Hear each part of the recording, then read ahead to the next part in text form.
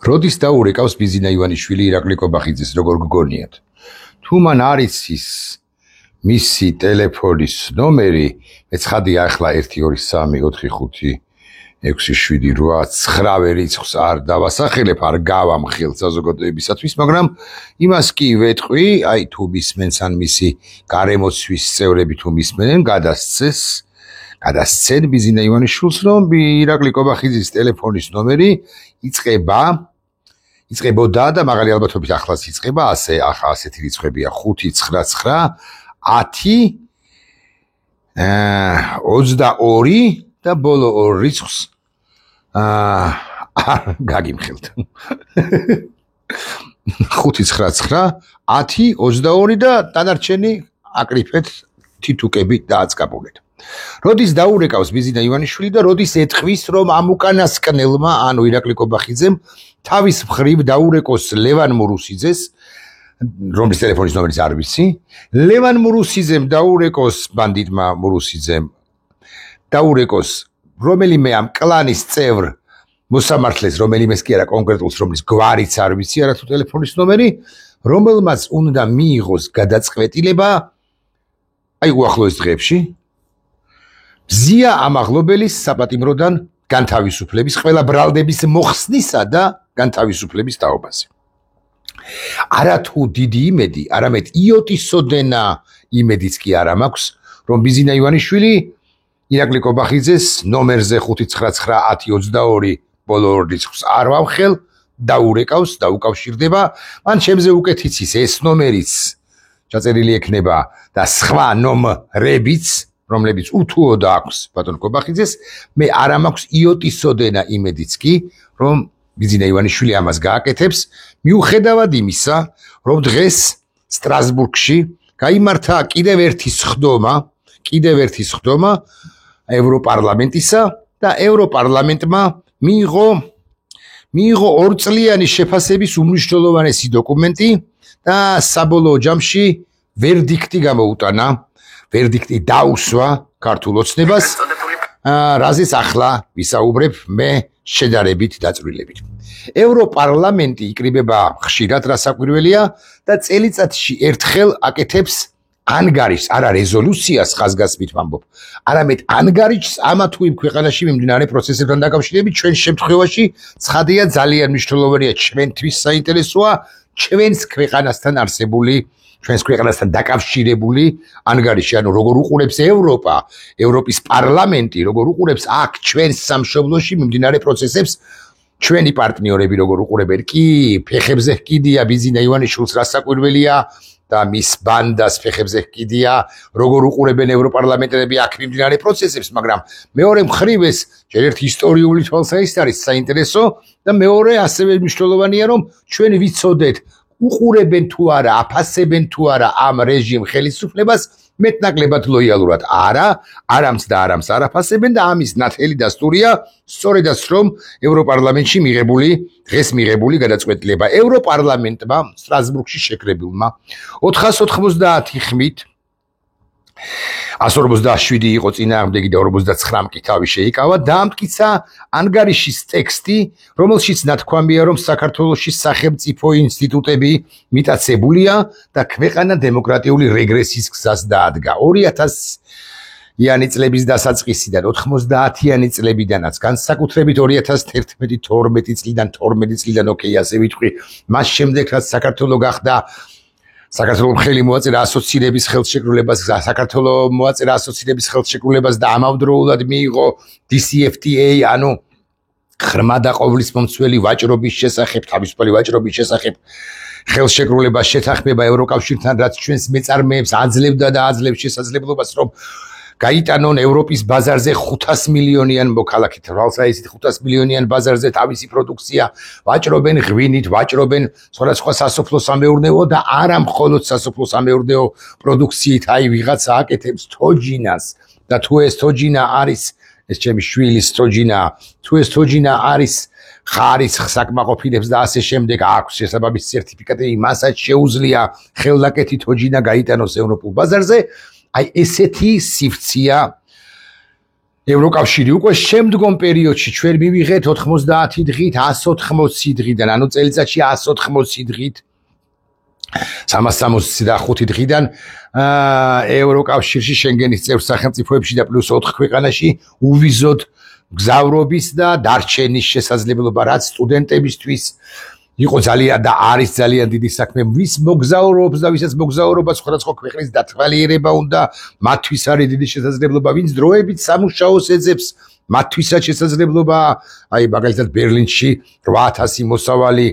რესტორანი არის იქ და მე მინახავს ახალგაზრდები, რომლებიც 3 თვით არიან ჩასულები ბერლინში, მე როტაციის პრინციპით ისინი ბრუნდებიან საქართველოში და მე სხვა ჯგუფი ჩაანაცვლებს ხოლმე, იმიტომ რომ მათ არ აქვს სამუშაო ვიზა, კი უკაცრავად სიტყვისთვის და ჩალიჩობენ, მაგრამ მათთვის უზარმაზარი გამოცდილებაა, მათთვის უზარმაზარი ამბავია, მათთვის დიდიან საკმარისი შემოსავალი ახალგაზრდებისთვის 19-20 წლის ახალგაზრდებისთვის და ასე შემდეგ ჩვენ მივიღეთ ეს უვიზო რეჟიმი ევროკავშირის კი არა შენგენის წევრ სახელმწიფოებთან. მერე ჩვენი განვითარება გზა უფრო ზუსტი რომ იყო, ასეთი იყო. წინა თუ წინა ბლოკში ვთქვი რომ გავაკეთეთ განაცხადი წვალების შედეგად კობახიძე მივაჭიკარტეთ და ვათქმევინეთ როგორღაც საქართველოს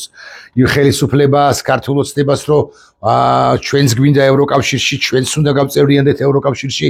ამის შემდეგ გავიარეთ უზარმაზარი აღმართები და მივედით როგორღაც აქაც წინააღმდეგი იყო ქართული რუსული ოცნება,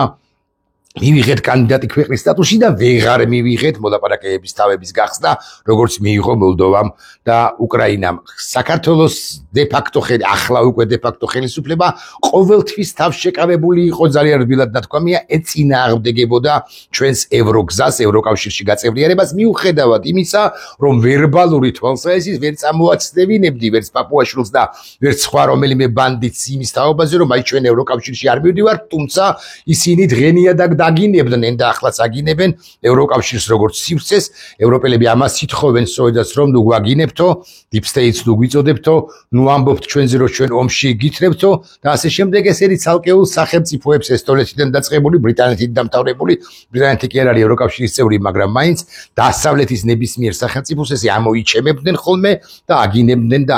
და ამით ადასტურებდნენ დამატებით, რომ სწორედაც რომ არ უნდათ ევრო სივრცეშიდან დასავლეთში მოხვედრა, ბრიტანეთს თავი დავანებოთ ევროკავშირში მოხვედრა, უნგრეთისა და სლოვაკეთის გარდა დედის გინებისა და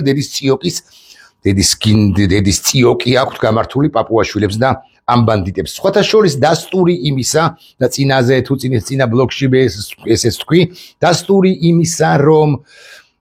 საქართველოს ხელისუფლებას არ უნდა ევროკავშირში და უნდა რომ ევროკავშირმა სწორედაც რომ ევროკავშირმა თქვას უარი საქართველოზე, არის ერთი თვალსაჩინო ამბავი, აი ამ სხდომაზე, სადაც ანგარიში გაკეთდა ევროპარლამენტისა, რაზეც ვისაუბრებ კიდევ, არის ამ სხდომაზე მონაწილეობდა ევროპარლამენტართა ერთი 25 კაციანი ჯგუფი, რომელმაც მოითხოვა და ეს არ გავიდა, მაგრამ მოითხოვა ჩანაწერის გაკეთება ანგარიშში იმასთან დაკავშირებით, რომ საქართველო არ უნდა გაწევრიანდეს ევროკავშირში. ოღონდ ეს ჯგუფი 25 კაციანი სწორედაც რომ ქართული ოცნების, ანუ პაპუაშვილისა და კობახიძის, ბიძინა ივანიშვილის ფრთქვეშ მოქცეული ბანდიტების პარტნიორია. ანუ პარტნიორებმა ქართული ოცნებისა რომ გავამარტივოთ თქვენს რომ საქართველო არ უნდა გაწევრიანდეს ევროკავშირში. მოკლედ, ევროპარლამენტარმა 490 ხმით 157 წინააღმდეგი და 49 კი თავშეკავებული დაამტკიცა ანგარიშის ტექსტი, რომელშიც ნათქვამია, რომ საქართველოში სახელმწიფო ინსტიტუტები მიტაცებულია და ქვეყანა კი დემოკრატიული რეგრესის გზას ადგია. რეზოლუციაში მითითებულია, რომ 2024 წლის ოქტომბერში ჩატარებული საპარლამენტო არჩევნები დასხედით ქართული ოცნების წარმომადგენლებო, რომლებსაც ფეხებზე კიდიათ ევროპარლამენტის რეზოლუცია, მაგრამ ევროპარლამენტის რეზოლუცია აღმასრულებელი ხელი ევროპის საბჭოსათვის, ანუ არის უმნიშვნელოვანესი და სახელმძღვანელო დოკუმენტი, როგორ უნდა იმოქმედოს მთლიანად ევროპის საბჭომ და ანუ აღმასრულებელი ხელისუფლება ბების წარმომადგენლები სადაც იქნებიან, როგორც იქნებიან და სადაც იქნებიან, ეს არის სახელმძღვანელო დოკუმენტი, ეგრევე ერთგვარი road map-ი, ანუ ევროპარლამენტარმა რაც თქვა, ის უნდა გაითვალისწინოს მეტწილად პრემიერ-მინისტრმა თუ პრეზიდენტმა ამა თუ იმ ქვეყნისა, როცა ისინი მრგვალ მაგიდასთან შეიკრიბებიან და აქ ითქვა, რომ საპარლამენტო არჩევნები გაყალბდა და სწორედ ამ გარდამტეხი მომენტიდან დაიწყო ქართული ოცნების ხელისუფლების მხრიდან ავტორიტარული მმართველობის დამკვიდრება მცირე შესწორება მექნება მეთქი ასე ვიტყვი ეს დაიწყო გაცილებით ადრე 2012 წელს განსაკუთრებით 2022 წლიდან მაგრამ ჩემს მცირე შესწორებას სრულად არ აქვს ახლა აზრი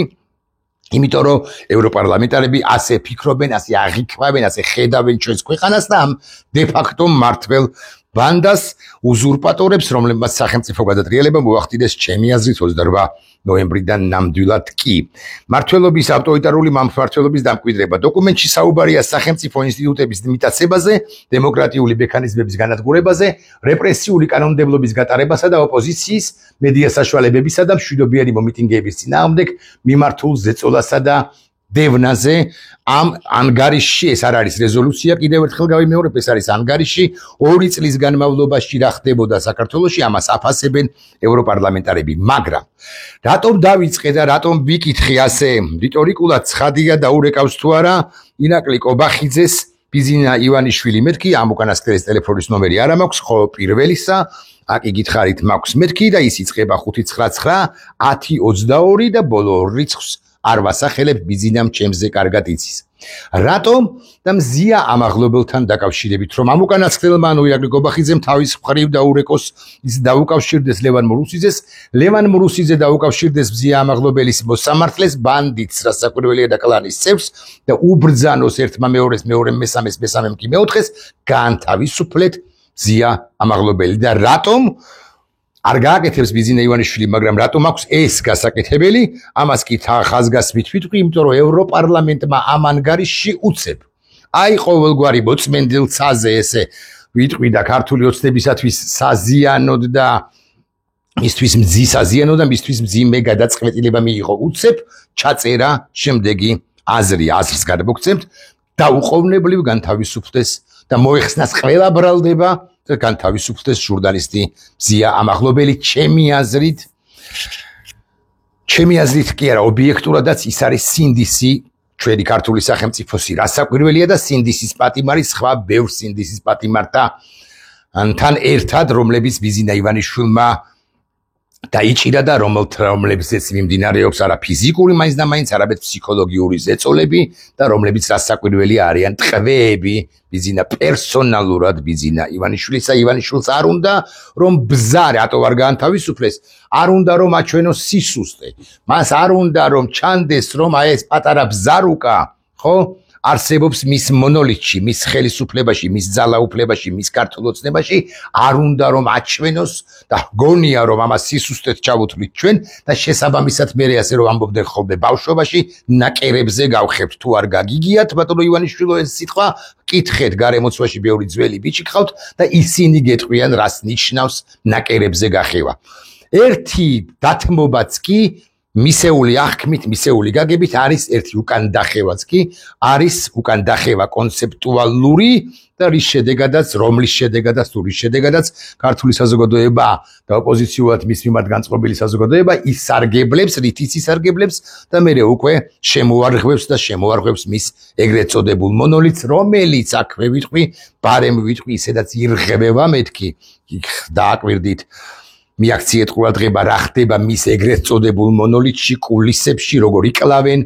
თავს ან არ იკლავენ თავს და როგორ ესვრიან ბანდის ერთი წევრი ერთი ჯგუფი მეორე ჯგუფს რა ხდება კრიმინალური სამყაროში რომელიც მასთან ივანიშვილთან არის ან მის მოწინააღმდეგე მათ მოწინააღმდეგე კრიმინალურ ჯგუფებში ხო ამ ბანდიტს კი თბილისში ბანდიტს კი საქართველოში რომელიც მან ჩამოაყალიბა და აკვირდით რა ამბებია კორუფციასთან დაკავშირებით ვინმე რომეო მიქაუტაძეს 250 მილიონი ხოლო ვინმე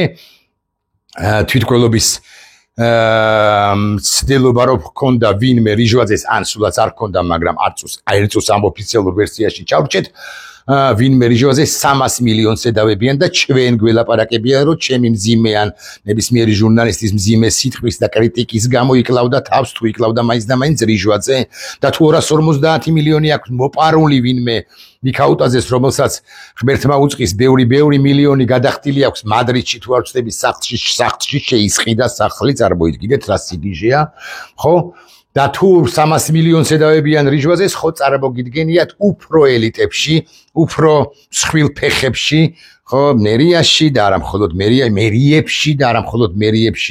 მერიაში დედაქალაქის და არა მხოლოდ მერიაში მთავრობაში და არა მხოლოდ ადმინისტრაციაში და ასევე გარშემო მყოფ აი ამ კორუმპირებულ ბანდიტურ ბიზნეს რაღაც გარიგებ ტენდერებზე მჯდომს ხდომ ვიღაც ტიპებში რამხელა ფულია დალექილი ვინმე იტყვის რომ ეს არის ოფშაკის ეგრეთ წოდებული საერთო ფულიო თუმცა წასაცინცლი ხახ კონტ უნდა წაეცინცლად მხოლოდ და ეცხოვრათ კარგად კორუმპირებულებს მაგრამ მუცელ ამოუყორავობა კორუმპირებულ ნეპოტისტურ მაფიოზურ სისტემაში ეს ჩვეულებრივი მოვლენაა და ეს სისტემა ჩამოვაყალიბა ბანდიტური სისტემა ჩამოვაყალიბა ბიზინა ივანიშვილმა და მისმა კლანმა ასე ვიტყვი რომლის ოჯახის წევრებიც კი ბარემ ვითქვათ ისინიც კი აი ფართო ოჯახის წევრები ზოგი მათგანი საქართველოში ვერ ჩამოდის იმიტომ რომ შემოსწყრა მათ თვით უცოდველი ჭყალებში დასაკვირველია ბიზინა გრიგოლის ძე ივანიშვილი. ახლა დავუბრუნდეთ ამ რეზოლუციაში უკაცრავად ანგარიშში აქ იგითხარით გამოყოფილია ან ვთქვათ ჩაწერილია მსხვილად მზია ამაღლობელის საქმე მზია ამაღლობელისა რომელიც არის ჩვენი დროის სინდისი მეთქი და აქვე დავაანონსებ მე უახლოეს დღეებში ვაპირებ ოღონდ ტექსტზე უნდა ვიმუშაო რასაკვირველია ვიმუშაო 1-2-3 დღის განმავლობაში ყველა სიტყვა უნდა ავწონო და ერთ ადამიანზე უნდა გავამახვილო კი ყურადღება კი არა ჩავწერო ვიდეო ბლოგი და პარალელები ეს ჯაჭვები ხო ჯაჭვები უნდა გადმოვჭიმო იმ ამბიდან ამ ამბამდე 80-იანი წლების ამბავი უნდა გიამბოთ ამბავი ნაზი შამანაურისა იმ ხანად კომუნისტურ საქართველოში 80-იანი წლების დასაწყისში არ მინდა შემეშალოს 83 წელს და თქვენის ნებართვით პარალელურად გადავამოწმებ ნაზი შამანაური ჟურნალისტი სხვათა შორის ხო გიჟად რომ შერაცხეს მაშინ ბოდიშს ვიხდიბარე მავკრებ ნაზი შამანაური 83 წელია დიახ მისი გარდაცვალების თუშეთში გარდაცვლილა ნაზი კალტონი ნაზი 1983 წელს ხო არ შემშლია გადმოვჭიბო ხაზე მეთქი და იმ ხელად გიჟად ხავდათ შერაცხული საბჭოთა პროპაგანდისტებს აი ისეთებს იმათ წინაპრებს როგორებიც არიან ახლა ჩვენს დამოუკიდებელ საქართველოში და როგორების არსებობასაც ამგვარი არა თავისუფალი გარემოს არსებობასაც ვერ წარმოვიდგენდით ვერც ერთი ჩვენგანი ადამიანები ვინც ვიბრძოდით ამ ქვეყნის თავისუფლებისა და დემოკრატიული განვითარებისათვის 90-იანი წლებიდან და ზოგი ჩვენგანი კი რა ზოგი ბევრი ჩვენგანი ან ზოგი ჩვენგანი ვინც ის 80-იანი წლების მიწურულიდან 70-იან წლებში სიყვნენ მებრძოლები რასაკვირველია და ასე შემდეგ და ამგვარ საბჭოურობას ბოლშევიზმს რომელიც ბიზინა ივანიშვილმა მაფიოზურობასთან ერთად შექმნა ხო ვერ წარმოვიდგენით 83 წელს გარდაცვლილი ნაზი შამანაური კი გიჟად შერაცხეს ამათ მაიამ პროპაგანდისტ დამონებულ ვალდებულებით დამოკიდებულებაში მყოფმა ბოლშევიკების შთამომავლებმა კი არა წინაპრებმა მაშინ 80-იან წლებში ახლა გიჟად რაცხავენ სწორედაც რომ მზია ამაღლობელს და მე დაგასპოილერეთ მეთქი ასე ვიტყვი ხო ვიტყვი ამგვარ რამეს როგორც ნაზი შამანაური გამართლდა ისტორიის მიერ და ნაზი შამანაური იქცა უტეხობის სიმბოლოდ, ერთ-ერთ სიმბოლოდ რასაკვირველია და ნაზი შამანაურს როგორც კი ვახსენებთ ყველანი ჩვენ თვალწინ წარმოდგება ქალი, რომელსაც აწამებდნენ ფსიქოლოგიური ზეწოლი, ფიზიკური ზეწოლა რა არ იყო მასზე რა ბერკეტებს არ იყენებდნენ რომ გაეტეხათ სუსტად ასევე რასაკვირველია ისტორიაში და არა მხოლოდ ისტორიაში გამართლდება ჩვენი დროის გმირი მზია ამაღლობელი, რომლის თაობაზეც გააკეთა ჩანაწერი ახლა ანგარიშში ევროპარლამენტმა. მე მაგრა კი რასაკვირველია მინდა რომ მოსამართლემ გაანთავისუფლოს ყობახიძეს ყობახიძემ დაურეკოს მურუსიძემ ამ მოსამართლეს ბიზინამ ყობახიძეს ბიზინას დაურეკოს ეკამ და ეკას დაურეკოს კიდე ფსბ-მ ან თუ გნებავთ ეკა როგორც რგოლი ამოვაგდოთ ამ ჯაჭვიდან მაგრამ ჩემთვის გაცილებით მნიშვნელოვანია რომ ვიცოდეთ თქვენ მზია ამაღლობელი როგორც ისტორიული თვალსაჩინო ისე დღევანდელობაში არის მართალი ადამიანი და ყველა მართალ ადამიანს გაუმარჯოს საერთოდაც მიუხედავად იმისა რომ ბევრი მართალი ადამიანის ხვედრი სვებედი და ხვედრი არის ძალიან მძიმე და წარმოუდგენელი ბევრი ჩვენგანისთვის, ვინც ვერც გაძლებდა, ვერც გაძლებს, ვერც ადრეძლებდა, ვერც ძლებს და ვერც მომავალში გაძლებს იმ გაუძლებს იმ წნეხს ფსიქოლოგიურ პირველ ყოვლისას ეწოლებს, რომლებსაც ესა თუ ის რეჟიმი არ ხორციელებს თავისუფალ და თავისუფლების მოყვარე ადამიანებზე. ეს რომ ვიცოდეთ მაინც დიახ, მზია ახლა საპატიმროშია, მზიამ დაკარგა თვალის ჩინი 10%-ით თუ ხედავს ერთი თვალიდან და 1%-ითაც კი ვერ ხედავს, აი 1% ჯერ რა არის, მაგრამ იმითაც კი არ ვერ ხედავს მეორე თვალიდან, მაგრამ ზია არის ისტორიული პერსონა, რომელმაც გვაჩვენა უტეხობა და ეს უტეხობა კი 10 წლეულები და 100 წლეულები გაგრძელდება, მაშინ როცა აღარც ერთი ჩვენგანი ცოცხალი აღარ იქნება, ზუსტად ისე როგორც ნაზი შამანაური აღარ არის ცოცხალი 83 წელს გარდაცვლილი ნაზი შამანაური, ანუ 40-ზე მეტი წლის წინ, 42 წლის წინ შესაბამისად ხო, იანვრის თვეში, ზუსტად ისე უკვე მომავალში პირობითად რაღაც 70 წლის შემდეგ ჩვენი შთამომავლები იტყვიან გაუმარჯოს ნაზი შამანაურს და გაუმარჯოს მზიამაღლებელს. სხვათა შორის აქვე ვიტყვი, როგორც ნაზი შამანაურის წამების მომხრე შთამომავლები ამბობენ ნაზი შამანაურზე, რომ გაუმარჯოს ნაზი შამანაურსო, ისე აბდ გებუაძეთა ან სხვათა შთამომავლებიც იტყვიან მზიამაღლებელზე გაუმარჯოს სწორედაც რომ მზიამაღლებელს და ისტორიის სანაგვეში მოსასროლია როგორც ბიძინა ივანიშვილი, ისე ეს გებუაძეა ხო ის როს თქივა, ისე ეს გებუაძეო. ევროპარლამენტი ჩვენსკენ არის, მას უნდა საქართველოს შეინტეგრაცია თავის სივრცეში და რომ არა ბანდა ჩვენ ძალიან წინ ვიქნებოდით. ბარემ აქვე ვიტყვი, რომ მაღალი ალბათობით